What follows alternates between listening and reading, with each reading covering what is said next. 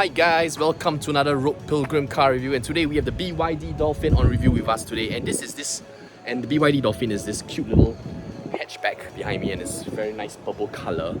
And incidentally, this happens to be the most affordable EV, fully electric vehicle that you can buy in Singapore today. And it is actually a couple of $1,000s actually cheaper than the Aura Cat, which just launched very recently. We'll cover that in the coming weeks, but for today we are going to check out the exterior of the BYD Dolphin. We're going to jump inside and check out exactly how much space this compact hatchback actually packs. And of course we're going to go take it for a drive and see how it feels on the road, because this car might be the most affordable EV you can buy in Singapore right now, but it definitely packs a huge ton of value.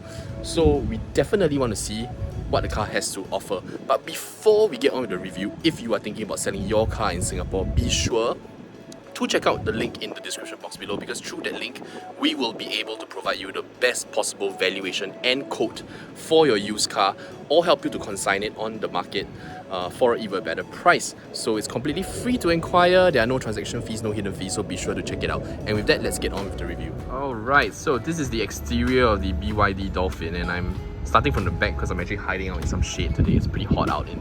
It's a hot sunny Friday afternoon, so I'm hiding out in some shade. As you can see, this is a rather compact car, and it is made to be a compact hatchback. So this is of course BYD's entry-level car in Singapore, and this of course sits below the Atto tree in the entire hierarchy of cars. As you can tell already, because of the color choice, this super striking purple, and I attracted a lot of stares on the way to the car park here. This is meant to be quite a youthful, young car that will probably appeal to perhaps first-time car owners, or maybe to the younger generation. I'm not so sure, but definitely I think colors go a long way in helping a car build a certain sort of character among its consumers. And just by having the cars in a more playful color selection, you actually can already kind of position the car in a certain demographic. So allow me to step out into the sun now and get closer to the car. So what you have here is actually a really nice light panel at the rear. As you can see, this is full length across, and this BYD Dolphin actually has the Build Your Dreams rear logo embedded within the tail light assembly, which I think is quite cool, looks quite nice. However, with the Atto tree, we have seen some people try to debadge the car, and that was possible on the Atto tree, but it isn't so possible on the Dolphin anymore, because this is embedded, which means you have to change the whole light assembly, which technically is not allowed. Further down, you actually have quite a nice rear bumper design. There are some efforts to make the car look a little bit more sporty. As you can see, the rest of the car is, I would say it looks a little bit more towards the boxy side of things rather than the round side of things.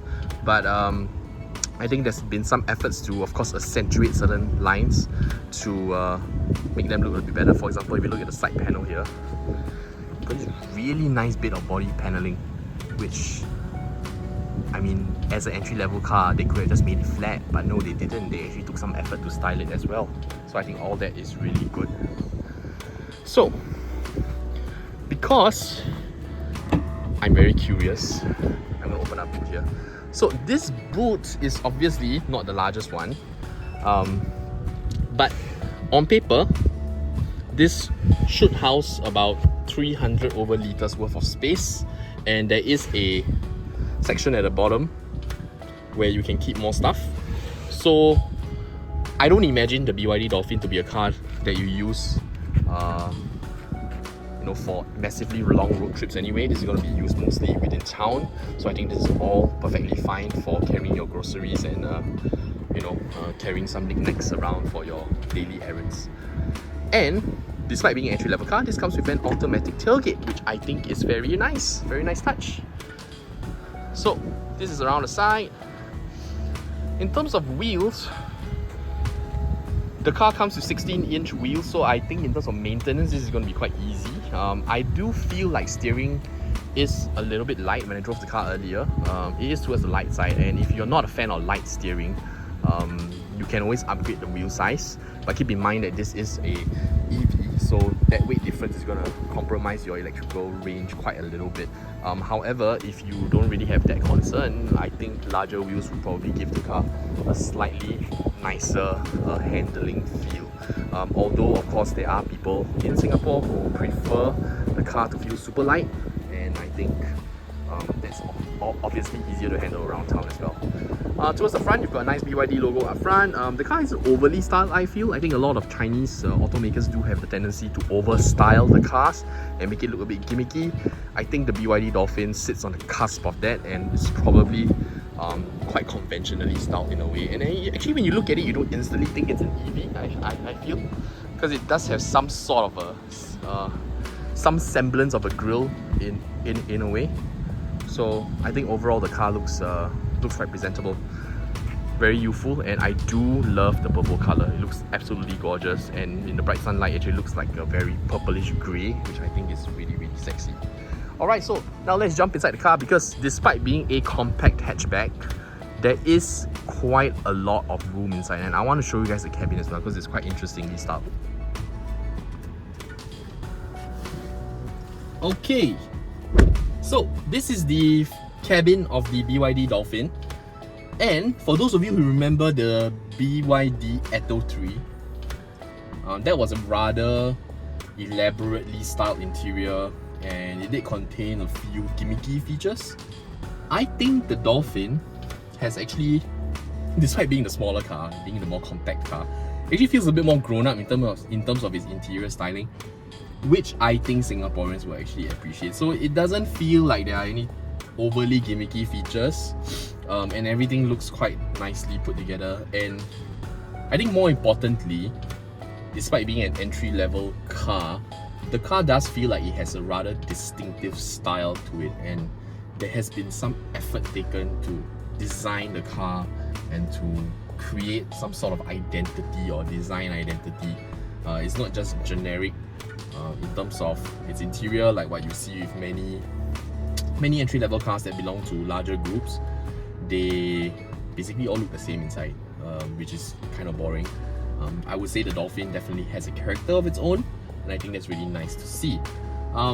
In terms of the driver setup, this is actually very similar to what you get on a BYD Atto 3 and probably what you get on most other BYDs as well.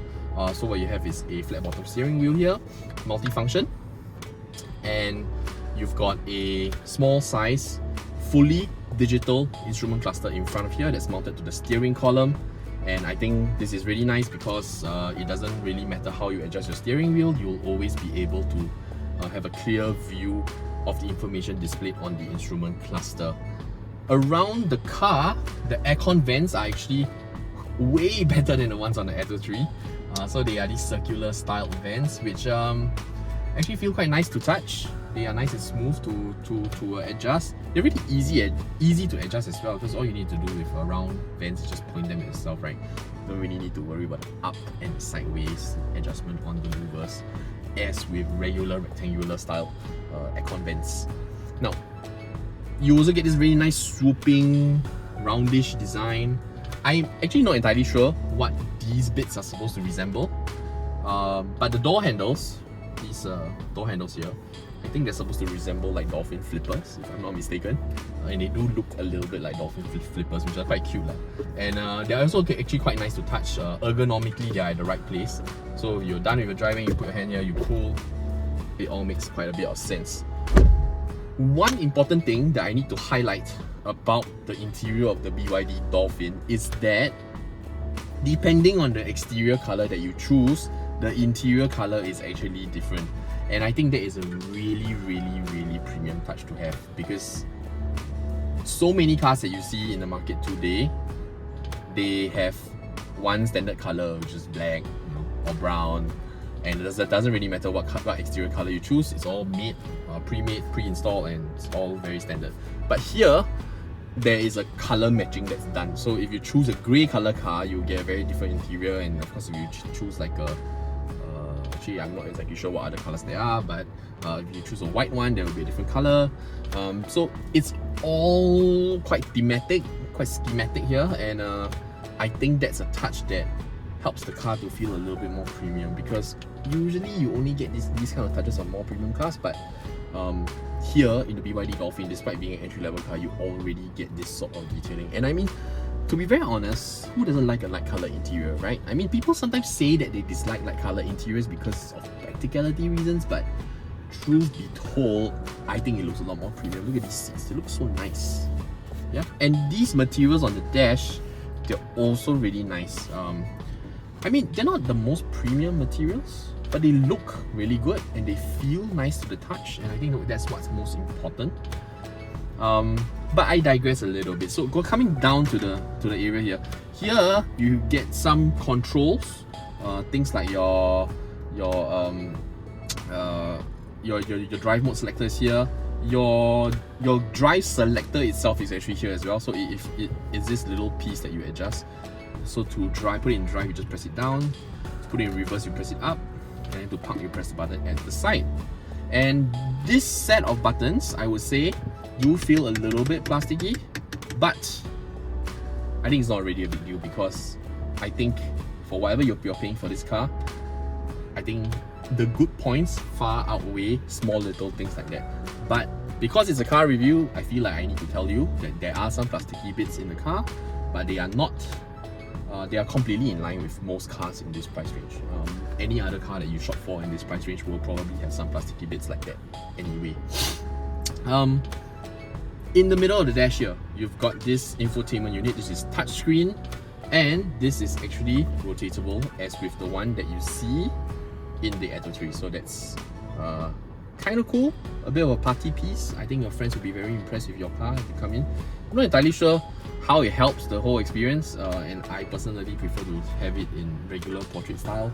Sorry, not portrait, landscape style. But I guess the portrait style does give you a little bit of a different design dimension. Yeah. Further down, you've got some storage units here, a fairly large one at that. And there's this sort of a compartment to hold your phone, which I think does a really good job. It's not a wireless charger, but it holds your phone really nicely. You've got two cup holders here, but they look quite small. So if you were to use a cup holder in this car, you'll probably want to opt for the smaller sized ones. The full size large ones will probably not fit so well in here. And then of course here you've got your parking brake, and you've got things like your traction control and your auto start-stop, auto hold, yeah. So yes, that is the front of the... Oh wait, before I forget, when I was parking the car, I realized this. So if you put the car in the reverse, this car actually comes with a 360 cam, which is pretty amazing. 3D? No, 3D? Yeah. Yes, it comes with a 3D camera, and this is an entry-level car. So this is actually really huge, a really huge plus point, because I'm actually of the opinion that the demographic that will actually look for a car like that will probably be looking at the car as a easy city run around car. And I guess the profile of the driver might also be somebody that may not be using the car every single day, maybe driving sporadically over the weekends, maybe as a second car or something like that. And so these driver aids, I think, are really useful, just to, you know, help round off the experience and to make it easy to use. So I think the 360 camera is of course a very useful feature, but I think more important than that, going back to the topic of value, it's not just about having these features, but it's about having these features in a car that costs, I wouldn't say so little, because cars in Singapore are expensive in general, but it is the most affordable EV you can buy in Singapore, and yet you get these features that you would normally only find on more premium cars. So I'm actually really impressed with this. Okay, so this is the rear of the BYD Dolphin, and this driver's seat is in my regular driving position. I'm 175 meters tall, and this is the amount of legroom that I have at the rear, which is borderline amazing because this is a compact hatchback, and on the exterior, this car is no larger than any other compact hatchback out there. But in terms of interior space, this is probably comparable to something like a Volkswagen Golf, or maybe even better actually. And what makes it extra useful is the fact that because this is an EV, there are actually there's no transmission tunnel, so which means the floor on the second row is completely flat, which means 3 passengers at the back will actually be quite comfortable. It's also super easy to shuffle between the seats at the back. All that is really amazing. Another key point to note is that the reason why BYD is able to make... Where do you want to go? I just activated the voice control system, but anyway. Once more, where do you want to go? Let's wait for it to settle down.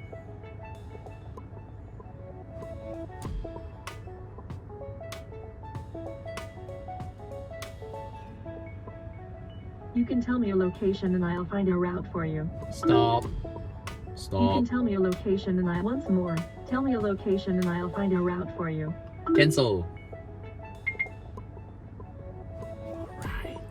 Okay, so what is proprietary to the brand, just so I don't activate the voice control again, is of course their blade battery. And the blade battery is an ultra thin battery that is not only extremely safe in the event of any sort of collision or puncture, it is also extremely space saving, and that has allowed the brand to actually create or better utilize the cabin space, because all the batteries are actually on the floor of the vehicle.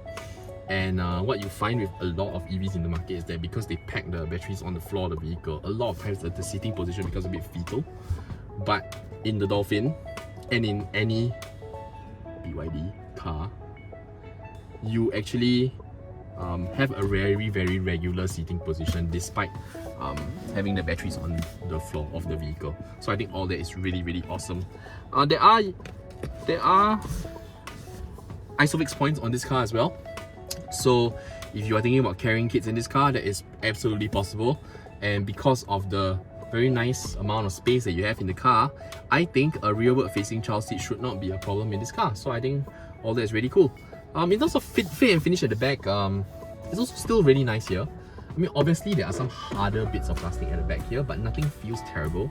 And the rear of the seats actually still come quite well equipped. There's some pockets here, larger compartment here, there's some sort of a cup holder here, and there's USB ports here. But there is no rear aircon vent, which I guess in a compact car like that is probably forgivable, because you should have enough ventilation at the back. But of course, if we did have rear aircon vents, that would be even better. Alright, so with that, let's go take the car for a drive and see how it is on the road. Let's go. Okay, so up on the roads with the BYD Dolphin, and I want to just get some basic specifications out of the way. So essentially, the BYD Dolphin in Singapore comes with only one variant, and this variant has a battery pack of about 50 or so kilowatt hour battery, and this allows the BYD Dolphin a little bit under 100 horsepower, so I think it's 94 horsepower or so. But this small amount of horsepower is translated into 180 Newton meters of torque, which is actually not bad, considering that a lot of entry-level petrol-powered cars will only do at most about 200 Newton meters of torque. So 180 Newton meters of torque, more than enough for a small car like that. And this car has a range of plus minus about 400 kilometers. So I'm at 97% charge right now, and the display says that I have 389 kilometers of range, which, as a compact hatchback, once again, I think the predominant use of this car will likely be around town. So I think this amount of range is actually very good for a entry-level small size EV. If you compare this to other small size EVs in the market, and there aren't too many to be very honest, they will likely, most of the other cars in the market would probably pack about maybe high 200s in terms of electrical range. So the fact that the BYD Dolphin has close to 400 kilometers of range is already a huge plus. And with a rather small battery pack, this car should also be quite easy to use on a day-to-day basis because charging is going to be extra quick if you've got a fast charger. And because the Dolphin weighs only about 1.4 tons despite being an EV, so it's a rather light electric vehicle, I think power utilization should also be quite efficient in terms of the kilowatts or the amount of kilometers you can travel per kilowatt. I think this car should be as efficient as EVs go.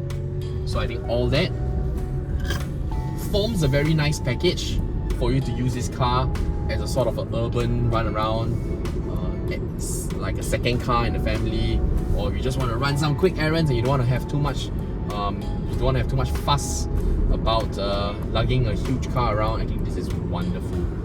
Around town, in comfort steering mode, the steering is very light, which I guess makes it very easy for people to operate around tight spaces. However, once you're up on the roads, the steering weight does get a little bit heavier.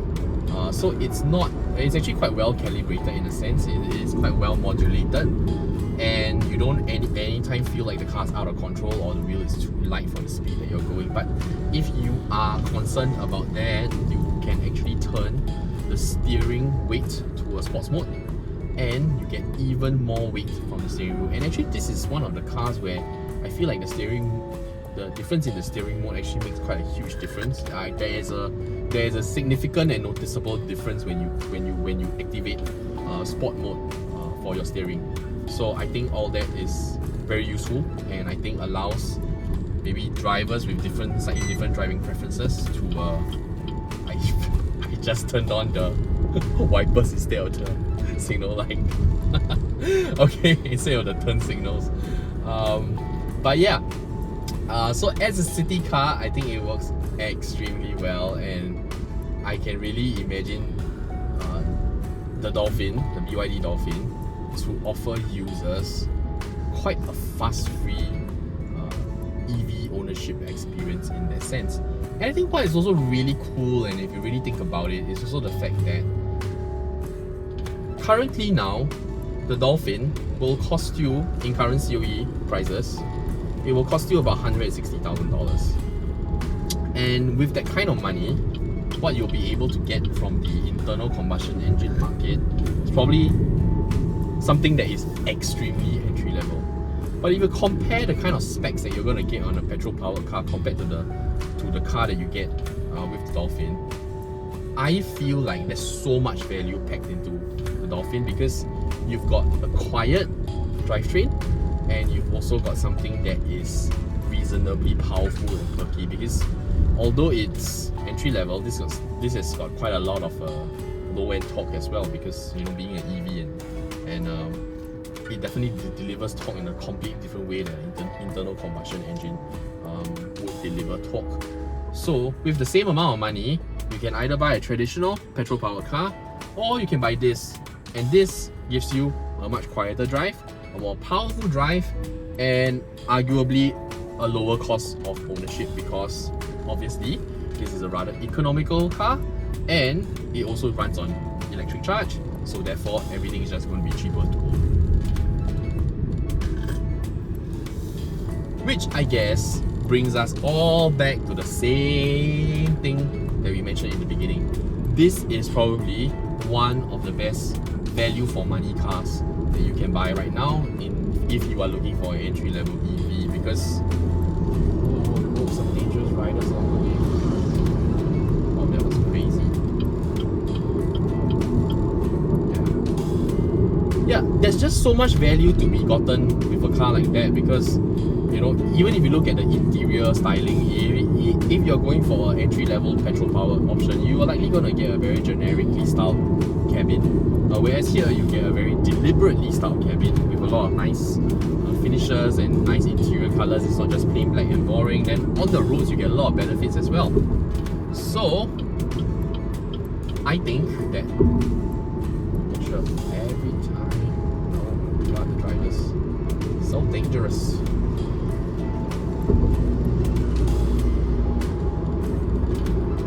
So I think the BYD Dolphin does a lot for the EV industry as a whole, because obviously we are still in the transitional phase between petrol powered cars and EVs, and I think there are people in the market, or there are consumers that, like, there will be some consumers who are wondering what the ownership experience of an EV will be like over the next couple of years, and maybe some of them don't want to jump headfirst into something that is extremely premium and drop $300,000 on a more premium electric vehicle. And so, working within the BYD range, and not just the Dolphin as well, the Atto 3 as well, provides huge amount of value to the consumer in terms of giving you a car that is extremely practical. As you can see, despite being a small car, this packs actually a very decent amount of space. And then you've got, of course, the electric drivetrain, which you can enjoy and you can see, and it gives you a more palatable platform to kind of experience what the EV ownership is going to be like, and decide whether or not you want to stay with this long term. And I think cars like that, the entire BYD range is going to be very helpful. Cancel. It's going to be very helpful to help in allowing people that bandwidth to decide whether or not EV ownership is for them long term. So I think this is definitely a car to consider if you are looking to sort of get your toes wet or get your feet wet in the EV market, and to try something out in the short term. Or if you like it, then it could even be a very, very good long-term option. So, as usual, if you have questions about the car that I haven't covered, or that I wasn't able to cover, please put your questions in the comment section below. I'll be more than happy to answer them. And if you have additional, or if the questions are too difficult and I don't have the answer to them, I will definitely check in with my friends over at BYD to get the answer for you. Before we end off the video, if you are thinking about selling your car in Singapore, please check out the link in the description box below, because through that link we will be able to provide you the best possible valuation and quote for your used car, or help you to sell it on the open market through consignment for an even better price. So it is completely free to inquire. There's no transaction fees, no hidden fees, so be sure to check out the link if you are interested. And as usual, please take care of yourself, stay safe, and we'll see you next time. Bye bye.